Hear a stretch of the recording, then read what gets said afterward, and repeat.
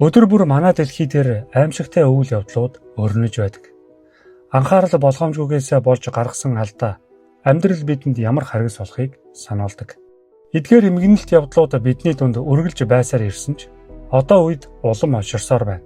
Хэдэн жилийн өмнө ийм зүйлс анзаарагдахгүй өнгөрөх боломжтой байсан ч өнөөдөр бол тийм биш. Учир нь олон нийтийн сүлжээ хурдцтай хөгжиж, инфлюенсерүүд шууд бичлэгүүд хийх нь олширсноор интернетэд айдас төрүүлэм дүрс бичлэгүүдийг үлдээж байна. Сайн байцгаана уу сонсогчдоо. Today's Crime суугата тавтаймаар л.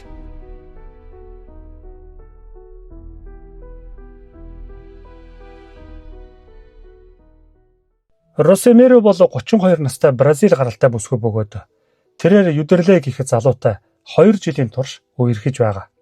2016 оны 12 дугаар сарын 4 бол тэдний амьдралын хамгийн сайхан өдөр байх ёстой байв. Тэд гэрлэх гэж байлаа.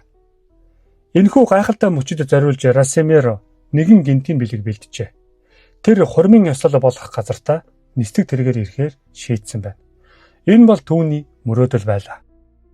Тэр зочдыг ялангуяа юу ч мэдэхгүй байгаа сүйт залууга гайхшруулахыг хүсжээ. Нийт 300 зочин урагдсан байсан ч зөвхөн 6 хүн энэ нууцыг мэдэж байв. Өдрийн 15 цаг 30 минут нисдэг тэргэнд Росемеро ахтайгаа арын суудалд суужээ. Мэдээж нисгэгч байсан бөгөөд мөн 6 сартаа жирэмсэн гэрэл зурагчин хамт явж байлаа. Нислэг ойролцоогоор 15 минут үргэлжлэх ёстой байсан бөгөөд нисдэг тэрийг 16 цаг гэхэд ёслолын газрын хажуудах хөл бөмбөгийн талбайд газардах төлөвлөгөөтэй байв. Тухайн үед цаг агаар тогтун байсан бөгөөд гэрэл зурагчны камераар бүх үйл явдлыг бичиж байв. Нисдэг тэрэгч хөөрч Росемеро ахтайгаа гар гараасаа барилдсан сууж инээмсэглэн цонхоороо харж бүгд аз жаргалтай тайван харагдаж байлаа. Гэвч нислэг ихэлснээс ойролцоогоор 20 орчим минутын дараа цаг агаар гинэт муудаж манан улам ихсэж эхэлжээ. Зорчигчид тухайн үед сандарч эхэлсэн бөгөөд ялангуяа Росемерогийн ах онгоцоор нисгээс айдаг байсан тул илүү их түгшиж байв. Гэсэн ч нисгэгч түүнийг тайвшруулахыг хичээж бүх зүйл хийвэн гэж хэлжээ.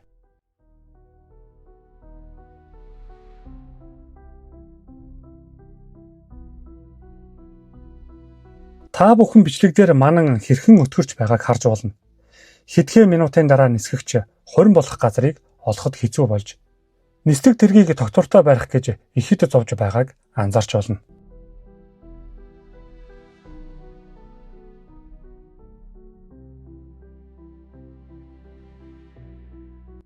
Удалгүй нисдэг тэрэгний аюулын дохио дуугарч дүрс бичлэг улам тогтворгүй болж зорчигчид орилж эхлэх нь сонсогдсон. Нисдэг тэрийг газар тунаж осолддог. Энэ үед камер үргэлжлэн бичсээр л байв. Тэр үед 16 цаг болж байсан бөгөөд Юдерлэ зочид буудалд сүйт бүсгүйгээ тэсэн ядан хүлээж байв.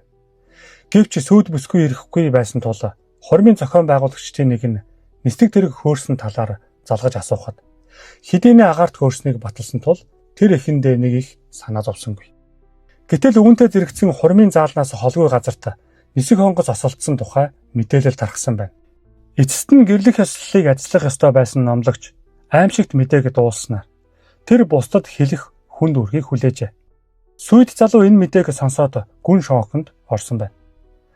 Гал сөнөөх аврах баг ослын газар яаралтай очисон ч харамсалтай 4 зорчигчийг аврах боломж байсангүй.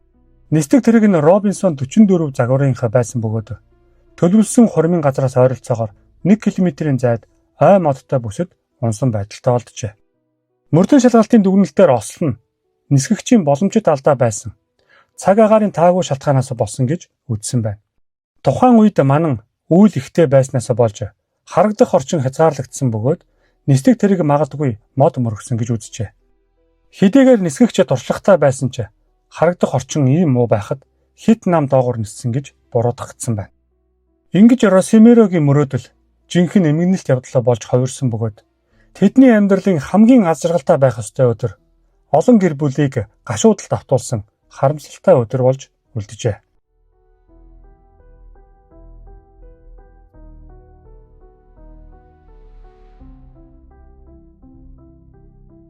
TikTok нь хэдхэн жилийн дотор олонний танил хүмүүсийн деважин болж бичлэгүүд нь маш хурдан вирус мэд тархдаг болсон.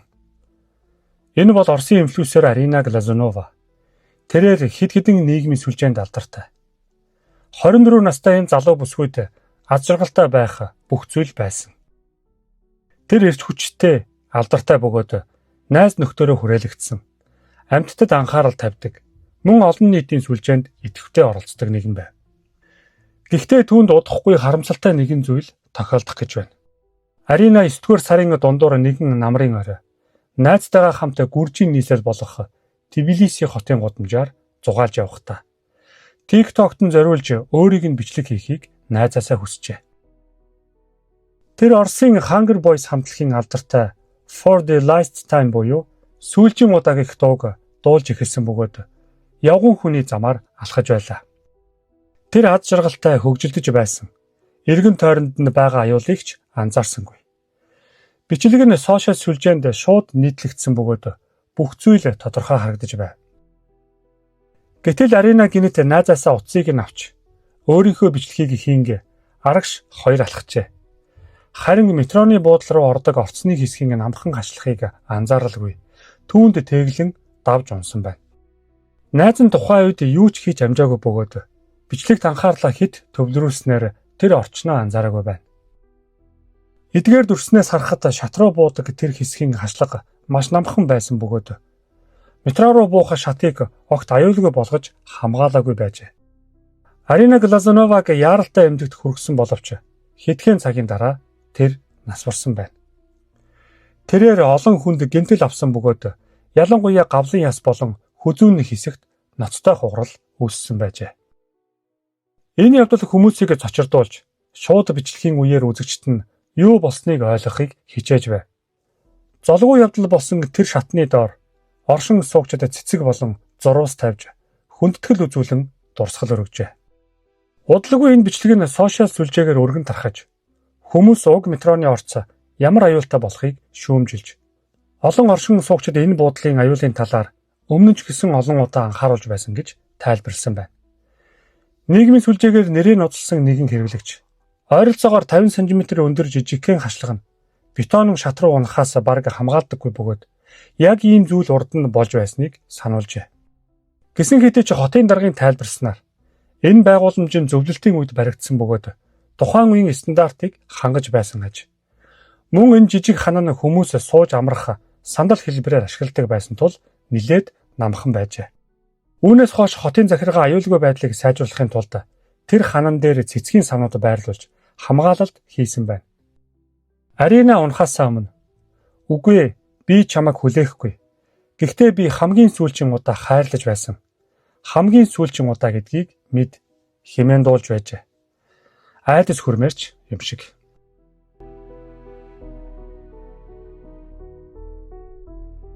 Үзэгчдийн тоог нэмж алдартай болохын тулд зарим инфлюенсерүүд юуг ч хийхэд бэлэн байдаг. Харамсалтай зарим нь суртахууны хувьд буруу, маш аюултай үйлдэл хүртэл хийхэд хүргэдэг бөгөөд энэ нь өөрсдийнх нь болон бусдын аюулгүй байдалд занал хийлдэг. Ийм од болох хүсэл нь Станиславыг галзуу үйлдэл хийхэд нь хүргэсэн байна. 30 настай Станислав нь Reflect гэх нууц нэрээр танигдсан Оросын блогер бөгөөд 2018 оноос онлайн контент бүтээж эхэлжээ.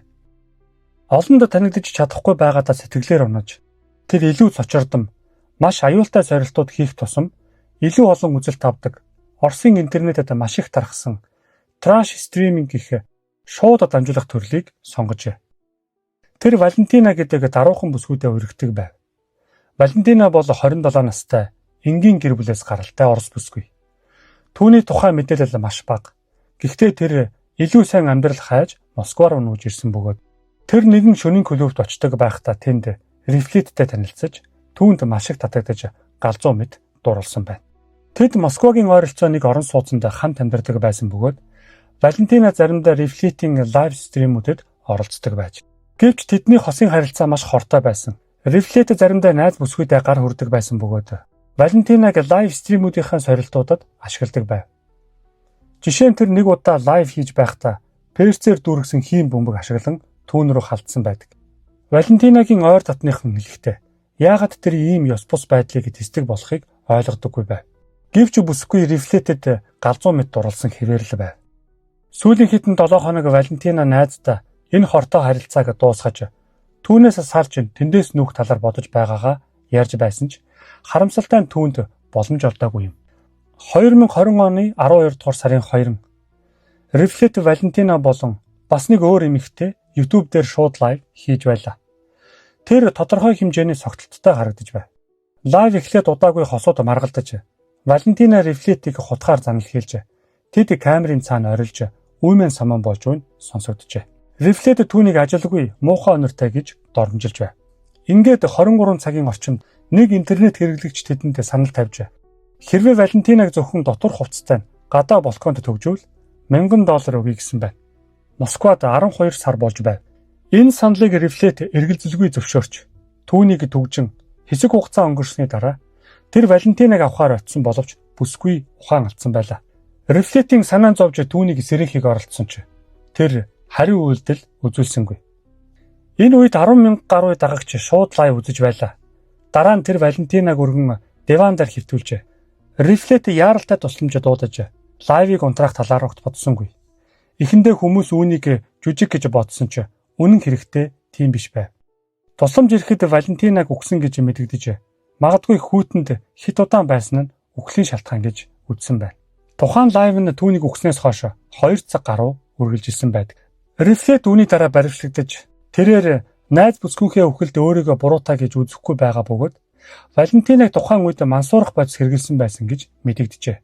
Шинжилгээгээр түүний цуснаас амфетамин илэрсэн байна.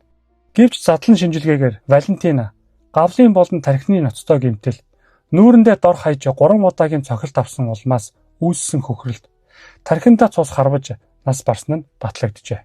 2023 онд Reflect-ийг санамсаргүй хүний аим хөнөөсөн хэрэгт буруутай гэж шүүх тогтоож, түүнийг чанга дэглэмтэй хорих ангид 6 жилийн ялаар шийтгсэн байна.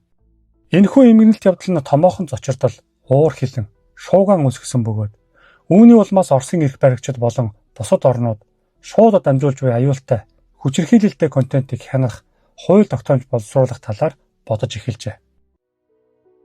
За энэ түрээд энэ удаагийн 3 камерын өмнөх эмгэнэлт болсон явдал өндөрлөж байна. Хэрэв та ийм төрлийн бичлэгийг үргэлжлүүлэн үзэх хүсэж байгаа бол доор комент хэсэгт сэтгэгдлээ үлдээгээрэй. Дараагийн болсон явдлаар удахгүй уулзъя. Түр баяртай.